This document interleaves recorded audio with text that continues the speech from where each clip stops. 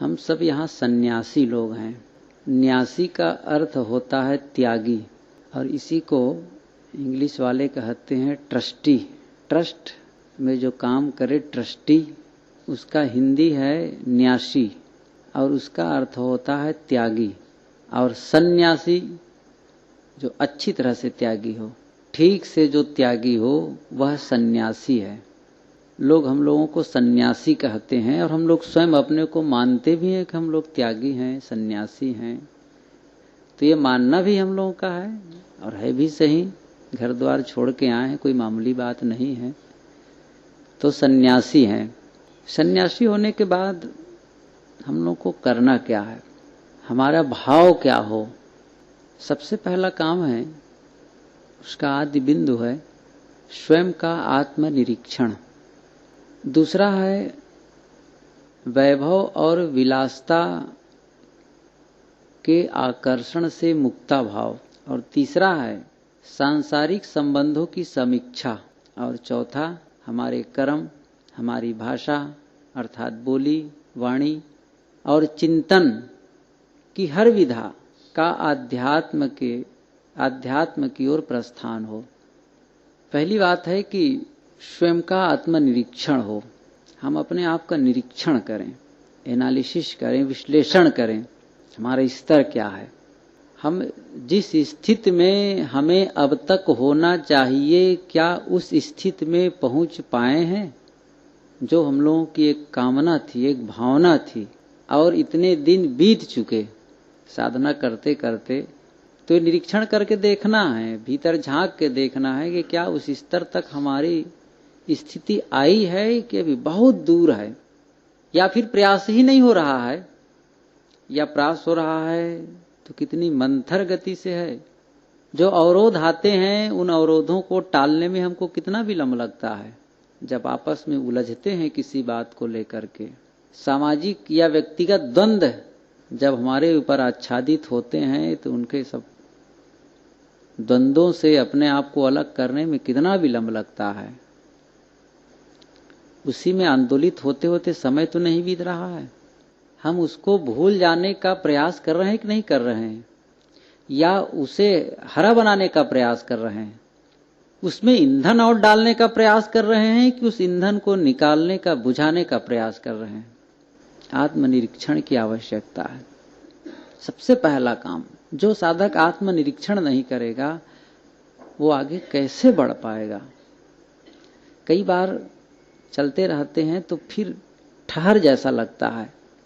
सब कोई जानते हैं कि अपने अपने ढंग को, अपनी साधना के स्तर को चलते चलते कैसा लगता है कि क्या हो गया। मतलब कई बार एक विश्राम, एक ठहराव जैसा लगता है। लेकिन फिर जब सुनते हैं गुरु जी का भीतर से जैसे पलीता लगा दिया जाता है बारूद में, तो फिर जब विस्फोट करता है तो फिर कहता अरे क्या हो गया। फिर झकझोरते हैं अपने, हम कहाँ फंस रहे हैं, कहाँ उलझ रहे हैं, या ऐसा कुछ होता है खुद में, तब फिर उसको ढकेलते हैं, गड़बड़ हो रहा था, नहीं, ठीक नहीं है। ये आत्मनिरीक्षण की आवश्यकता है। बहुत कसर है अभी, बहुत हर चीज में अभी कसर है। जो हम लोगों की देखने की विधा है, सुनने का, या कोई भी मतलब कर्मों के बारे में आगे इस पर चर्चा मैं करूंगा कि इसमें भी बहुत कसर है। आत्मनिरीक्षण नहीं कर पा रहे हैं। स्वाभाविक सी बात है, हम लोग अपने अपने लोग बैठे हैं, इसलिए मैं कह देता हूं, और मैं खुद उसमें सम्मिलित हूं। मैं अपने को अलग नहीं मानता हूं समूह से, और समूह में समवेत रूप से जो गलती होती है उसमें मैं भी सम्मिलित हूं। भंडार घर जाते हैं, और जब तक के भोजन पारस नहीं हो जाता है, तब तक के हम लोग को कोई यदि कोई रिकॉर्डिंग कर ले और उसको रात में ला करके दिखाए, तो हम लोग शायद देखना पसंद नहीं करेंगे। ये हमें खुद लगता है कि यदि सचमुच उस समय की मेरी कोई रिकॉर्डिंग करके दिखाए, तो मैं शायद दिखाने वाले के लिए नाराज हो जाऊंगा। अब क्योंकि हम खुद वैसा नहीं बन पाते हैं जिसको हम देख करके प्रसन्न हो सके कि ये मेरी छवि है, मेरा ये व्यवहार है, मुझे खुद ना खुशी लगेगी, नाराजगी होगी अपने लिए, मैंने क्या किया। लेकिन वो पुनर्लोकन अवलोकन नहीं होता है, सिंहावलोकन जिसे कहते हैं। सिंह के लिए जैसा कि सुनते हैं कि वो 4 कदम चल के लौट के फिर देखता है, इसीलिए एक कहावत, एक कहना भी है कि सिंहावलोकन करो, एक फिर से निरीक्षण करो। हम सुबह से शाम तक के अपना निरीक्षण करें तो उसी में त्रुटि मिलेगी, और जितना समय से आए हैं उसका निरीक्षण करें तब तो फिर रोना है, फिर और कुछ नहीं है। वही गुरुदेव जी कहा करते हैं कव्वाली की वो पंक्ति, जिंदगी को जो समझा जिंदगी से रोता है। जो जिंदगी के स्वरूप को समझ लेगा, उसके महत्व को समझ लेगा, वो रोएगा। हम लोग सन्यास के महत्व को समझ लेंगे, यहां आने के महत्व को समझ लेंगे, और यहां के लिए लोग ललचाते हैं, जहां हम लोग स्थिर हैं, सिहाते हैं कि काश वो जिंदगी मुझे भी जीने मिलती। कैसे मस्त जगह वो लोग रहते हैं, किस गुरु के दरबार में हैं। एक प्रकार से यहां को लोग मान सरोवर समझते हैं, और हम मान सरोवर में रहकर क्या अपने आप को हंस बना पाए हैं कि अभी कागा बुद्धि है, बकुला का रूप है। आत्मनिरीक्षण मैं किसी दूसरे के लिए नहीं कहता हूं, मैं अपने लिए कहता हूं। इसी में अपना अपना सबको सोचना है। तो सन्यासी अच्छी तरह से त्यागी, उसका प्रारंभ का बिंदु है, उसकी शुरुआत है, या उसमें यदि कसर है तो उसको पुष्ट करने के लिए विधा हमें अपनानी है। वह है स्वयं की आत्मा का निरीक्षण, स्वयं का आत्मनिरीक्षण, अपने आप का निरीक्षण, परीक्षण, शोधन, क्या हो रहा है। दूसरी बात मैंने ये कही कि वैभव और विलासता के आकर्षण से मुक्ता भाव हमारे मन में दूसरे के वैभव को देख करके आकर्षण जगता है। माना कि हम सामान्य कपड़े पहने हों, कम कीमत की चादर ओढ़े हों, हमारे सामने कोई जिसे हम कहते हैं कि ये बढ़िया कपड़ा है, वह पहन के आ गया, अच्छी चादर ओढ़ के आ गया, तो हमारे मन में उसके प्रति आकर्षण होता है। क्या उससे हमारा मन मुक्त हो पाया है? किसी के पास हम सुंदर घड़ी देखे, सुंदर कलम देखे, सुंदर डायरी देखे, उसके प्रति आकर्षित होने लगे। कोई चीज, ये तो अपने साथियों की बात है, किसी गृहस्थ के प्रति और कुछ अच्छी चीज देखे, आकर्षित हो रहे हैं, उससे मुक्त हो पाए कि नहीं हो पाए? किसी की विलासता को देख करके हम स्वयं विलासी बनने के लिए मन बना रहे हों, या वैसा हम योजना बना रहे हों, उससे अपने आप को अलग करना है। तो वैभव और विलासता के प्रति जो आकर्षण का भाव जग रहा है,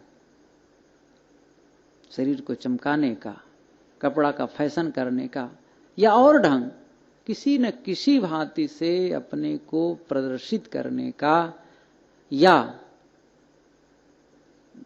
दूसरे के वैभव को देख कर से के वैसा करने का भाव, ललचाने का जो ढंग हो रहा है, जो प्रलुब्ध हो रहे हैं हम, उससे अपने आप को मुक्त कर पाए कि नहीं कर पाए? यदि मुक्त नहीं कर पाए हैं तो फिर यह काम भी करना है, भी बाकी है। मतलब कितना काम अभी बाकी है सन्यास की पूर्णता के लिए। मैं ये सोचता हूं अभी कितना काम बाकी रह गया है। हम लोग सोचते हैं कि अब तो काम बहुत समीप पहुंच गए, बहुत समीप नहीं पहुंचे हैं, बहुत बाकी रह गया है। समीप पहुंच जाता सचमुच, यदि ये विधा हम लोग शुरू से अपनाए होते तो निश्चित है समीप पहुंच जाते, ये बात तो सही है। लेकिन विधा हम अपनाए नहीं। हाँ, जानकारी अवश्य रही, लेकिन उस जानकारी का हमने अवमूल्यन किया, उसका अपमान किया, अवमानना की, उल्लंघन किया, उसको नकारने और अस्वीकारने के लिए हम सतत प्रयासरत रहे, इसलिए अपेक्षित सफलता नहीं मिल पाई। तो मैं कह रहा था कि किसी के वैभव को देख करके, किसी की अच्छी वस्तुओं को देख करके यदि आकर्षित हो रहे हैं तो उससे अपने आप को अलग करें, उससे मुक्ता भाव हो और स्वयं विलासी होने का मन न बनाएं, उससे भी अपने आप को अलग करें। तीसरी बात, सांसारिक संबंधों की समीक्षा भी करें, उसका समीकरण निकालें।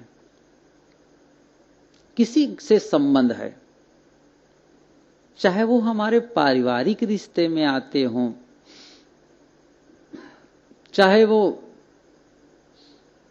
दूर का संबंध हो, या फिर साधना मार्ग में आने पर, गुरु के दरबार में आने पर, सत्संग के माध्यम से उनका हमारा संबंध हुआ हो, भक्त के रूप में, गुरु भाई के रूप में, उनके जो उसकी हमें समीक्षा की आवश्यकता है, उनके संबंध की समीक्षा करना है। संबंध के बिना हम रह भी नहीं सकते, लेकिन ये भी हम जानते हैं कि संबंध से विकार भी बनते हैं। संबंध की मधुरता को बनाए रखनी है, उसमें विकार आने की संभावना को टालना है हमें। हम मान तो रहे हैं कि ये भगत हैं, उनसे हमारा संबंध है, परिवार के लोग हैं, उनसे हमारा संबंध है, तो कई बार होता तो परिवार के लोग हैं, हमका कोई मतलब नहीं है, लेकिन कई बार उनके प्रति भी आकर्षण जगने लगता है, उनके सुख दुख में मन आंदोलित होने लगता है, या उनके भावों को लेकर के या उनके विचारों को जब सुनते हैं तो मन में एक प्रकार से खटपट होने लगता है, या भक्तों के मिलने और बिछुड़ने पर हमारे मन में एक प्रकार से विचलन होने लगती है। उससे मिलना है, उनसे बात करना है कि फोन के माध्यम से, किसी माध्यम से संबंध बनाए रखना है, और फिर इन किन प्रकार ने उसका संबंध बना रहे, वो हमसे पूछे जाने। एक समीक्षा की आवश्यकता है, क्या हमारे कल्याण के लिए आवश्यक है? ऐसा तो नहीं है कि इनके संबंध को बनाए रखने के लिए या हम उनको अपनी ओर आकर्षित करने के लिए बहुत प्रयासरत हैं। वो हमसे न्यूट्रल होना चाहते हैं। कई बार ऐसा भी होता है, कई भक्तों को देखा जाता है कि वो हमसे न्यूट्रल होना चाहते हैं, लेकिन हम उनको पकड़ना चाहते हैं जिस किसी भांति। वो हमसे पिंड छुड़ाना चाह रहा है, लेकिन नहीं, हम उसको चाह रहे हैं कि हमारे वो गिरफ्त तमाए। तो ये संबंध है, इसकी निस्सारता को समझना है, इसकी समीक्षा करनी है कि जिन जिन लोगों से हमारा संबंध है वो मोह का कारण तो नहीं बन रहा है, उसके प्रति हम आकर्षित होकर के अपनी साधना मार्ग से विचलित तो नहीं हो रहे हैं। इसकी भी समीक्षा की आवश्यकता है। नहीं फिर संबंध में घनिष्ठ होते होते कहीं ऐसा ना हो कि वो घनिष्ठता फिर मोह के रूप में हो और अंत में फिर वो विकार बढ़ा दे। विकार से बचना है, मोह के आवरण से बचना है। संबंध से हम नहीं बच सकते। संबंध से सर्वथा कैसे बच पाएंगे? निसंबंध कैसे हो सकता है? जब संबंध बनाए रखना है तो उसमें जो मल आने की संभावना है उससे हमको बचाना है अपने को, वो जिस विधि से हो। ये सबकी व्याख्या स्वयं करें आप लोग। मैं तो एक सूत्र के रूप में कह रहा हूं कि इसमें कोई विकार आने की बात आती है और उसके साक्षी हम स्वयं हैं, दूसरे की समीक्षा हम नहीं कर सकते। किसी को मिलते देखकर, किसी से बातचीत करते हुए, किसी से और कुछ बातें करते देख करके हम समीक्षा करते हैं तो हमारी समीक्षा सही नहीं हो सकती है। अपनी समीक्षा हमें स्वयं को करनी है कि मेरा भाव तो ऐसा नहीं हो रहा है, तब बनेगा। क्योंकि दूसरे को हम कैसे तौल सकते? आज तक तो हम अपने तौल नहीं पाए हैं। हम दूसरे को तौलना चाहते हैं, तराजू लेकर के उसका मूल्यांकन करते हैं। इसलिए मैं शुरू में कहा था स्वयं का आत्मनिरीक्षण। हम दूसरे का निरीक्षण के लिए प्रयासरत रहते हैं, दूसरे का मूल्यांकन करते हैं कि वो कितने पानी में है, कितने विकार में है, कब कब उन्होंने गलती की है, इसका लेखा जोखा हमारे पास है। अमुक ने कब कब गलती की है उसका पूरा लेखा जोखा है, और अपनी गलतियों का लेखा जोखा हमारे पास है ही नहीं है, उसको हम भुलाना चाहते हैं। और दूसरे की गलतियों को लेखा जोखा को हम नोट करते हैं विधिवत, जैसे पत्थर की लकीर में कर रहे हैं। दूसरे का निरीक्षण हुआ, उससे कोई लाभ नहीं होगा। अपने निरीक्षण की आवश्यकता है। तो संबंध, जो सांसारिक संबंध है, उसके भी निरीक्षण की आवश्यकता है। और अंतिम जो चौथा है, जो मैंने कहा था कि हमारे कर्म, हमारी वाणी, हमारी भाषा, हमारी बोली, हमारे चिंतन का अध्यात्म की ओर प्रस्थान, मतलब जो भी कर्म करें वो अध्यात्म के हेतु हो, उसी की ओर हर विधा, कर्म की हर विधा अध्यात्म की ओर प्रस्थान होना चाहिए। कर्म चाहे जिस विधि से करें, कोई भी काम करें, यदि हम कदम उठा रहे हैं प्रीतम नगर जाने के लिए या कहीं जाने के, गंगा तट जाने के लिए, तो वो अध्यात्म की ओर ही प्रस्थान होना चाहिए। उसका भाव आध्यात्मिक होना चाहिए, उलझन वाला ना हो या उससे विमुख करने वाला ना हो। ऐसा भाव बना रहेगा कि हमारे सब कर्म अध्यात्म के लिए है। तब देखो ये होगा, यदि इसको करूंगा तो ये अध्यात्म के विपरीत है, ऐसा करके मेरा काम हो ही नहीं सकता है। मेरी वाणी है, मैं जो बोल रहा हूं, कभी भी बोल रहा हूं, चाहे सत्संग हाल में बोलूं, चाहे भंडार घर में, चाहे रास्ता चलते हुए या अन्य स्थलों में, बह तो जाते हैं हम लोग, सबकी वही बात है। हम सब एक प्रकार से एक धारा में बह जाते हैं, मुर्दे की तरह तैर नहीं पाते। जिंदा आदमी तैरता है और मुर्दा धारा के अनुस्रोत में बह जाता है। हम सब बह जाते हैं, ये सारी बातें भूल जाती हैं, ये वक्तव्य भूल जाता है, स्वयं द्वारा दिया हुआ वक्तव्य भूल जाता है। मैंने यही बात दूसरों से कही है कि ऐसा करना चाहिए, लेकिन जब अवसर आता है स्वयं लुढ़क जाते हैं।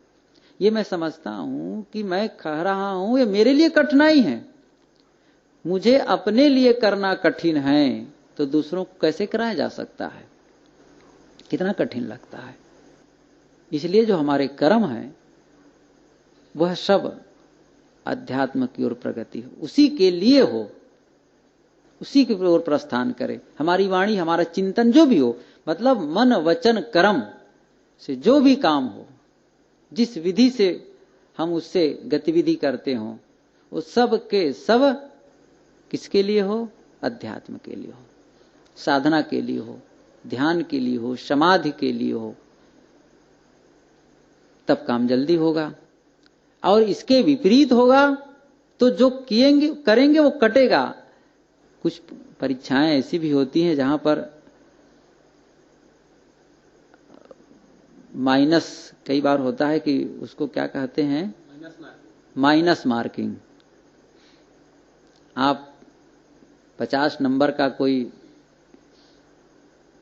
नंबर है उसमें कुल मिलाकर के, और हमने उसमें 40 तो सही बनाए और कहीं 5 गलती हो गया, तो 40 सही में से 5 और कट जाएगा, वो 35 रह जाएगा। फिर जो गलत है वो गलत रह करके चुप नहीं रहेगा कि गलत हो गया, चुप है, ठीक, गलत हो गया, लेकिन गलत हो करके वो जो सही है उसको पकड़ के खींच लेता है अद्भुत। सही को भी वो माइनस कर देता है, तो माइनस मार्किंग हम लोग की हो जाती है। जो गलत करने लगते हैं, जो प्लस की ओर चढ़े रहते हैं, उसको भी कुछ खींच लेता है, इसलिए और पीछे चले जाते हैं।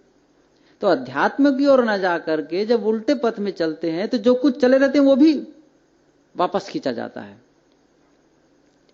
इसलिए अब ऐसा कुछ करें, ऐसा कुछ विधान बनाएं, ऐसा कुछ प्रयास करें जिससे हमारा जो ध्येय है वो पूरा हो, हमारी गति बस उसी के लिए हो और दूसरे के लिए न हो, संसार के लिए न हो, अपने मन की पुरोति के लिए न हो, आत्मविश्लेषण के लिए हो, आत्मस्थित के लिए हो।